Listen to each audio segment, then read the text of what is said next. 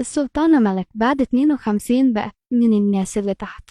عايز تعرف الحكاية؟ لا دي مش حكاية، دي حكايات وهقولها لك كلها مع بعضها. ازاي؟ هقول. دي صور للسلطانة ملك في شبابها. طيب وبعد كده لما كبرت السلطانة ملك هنلاقي لها صور كتير في عيد ميلاد الملك فاروق، وهتلاقي في احتفالات الأميرة فوزية لأنها كانت مقربة من الأسرة العلوية. هي كانت الزوجة التانية للسلطان حسين كامل.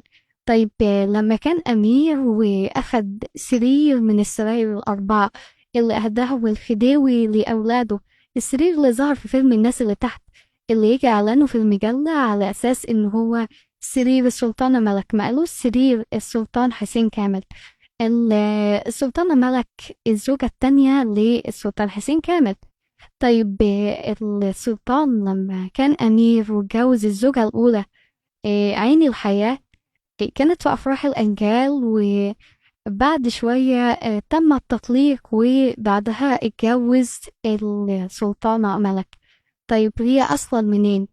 احنا فاكرين جشم إفت قدين أفندي زوجة الخديوي إسماعيل ما كانتش بتخلف، فطلبت منه تكفل بنتين، مش تتدنى، تكفل بنتين. الخديوي إسماعيل وافق، هي كفلت اتنين، فائقة وملك، وكده تحولت ملك من أميرة لسلطانة. وبعد 52 ادعت السرير على الرصيف وبقت من الناس اللي تحت. كده خلصت الحكاية.